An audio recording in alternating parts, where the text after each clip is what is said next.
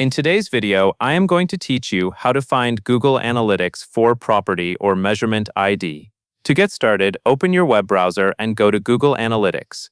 Once you are signed in, you will land on the Analytics home area. This is the main dashboard where you can see a high-level overview of your recent activity and reports. Before you look for any IDs, take a moment to confirm you are in the correct account and property. In Google Analytics 4, many people manage more than one property, so being in the right place matters. Next, look toward the left side navigation and click Admin. The Admin section is where Google places the settings for your account and your GA4 property.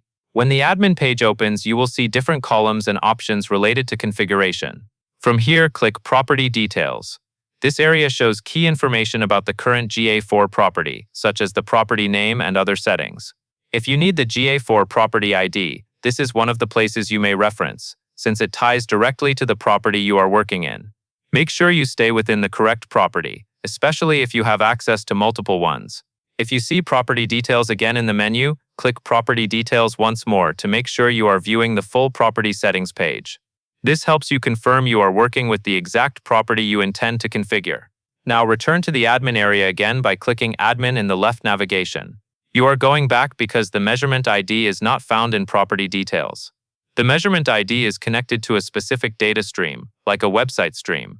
In the Property column, find and click Data Streams. This will open a list of streams connected to your GA4 property.